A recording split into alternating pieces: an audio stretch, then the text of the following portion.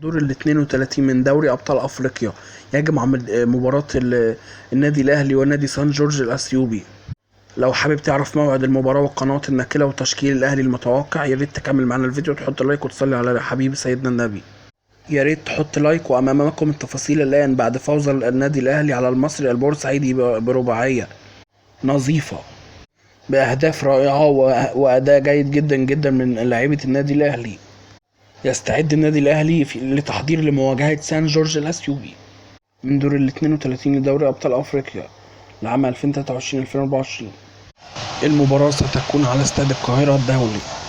يدخل النادي الأهلي المباراة عشان يفوز عشان يطمئن قبل مباراة العودة والاطمئنان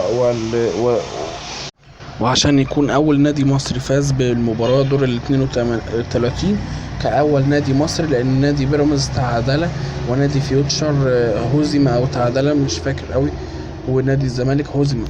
وكمان عشان يحافظ على لقبه الأخير اللي حققه أمام الوداد الرياضي المغربي، والفوز لما فاز على الوداد الرياضي ب3 أهداف مقابل هدف في مباراة الذهاب والعودة. فمن تتوقع يفوز في هذه المباراة؟ انتظر توقعاتكم في تعليقات على هذا الفيديو.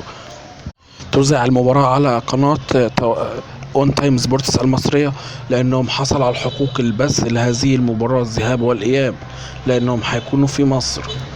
وسوف تنطلق المباراة إن شاء الله بإذن الله في تمام الساعة 6 مساء بتوقيت تونس والجزائر والمغرب، والسادسة مساء 7 مساء بتوقيت ليبيا والسودان، 8 مساء بتوقيت مصر وليبيا وقطر والسعودية والإمارات.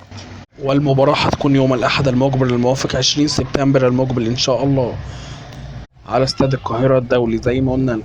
بكده نكون قلنا لكم كل حاجة تخص الفيديو، محبناش نطول على حضراتكم. يا ريت لايك وشير وسبسكرايب، ويا رب نشوفكم على خير الفيديو جاي.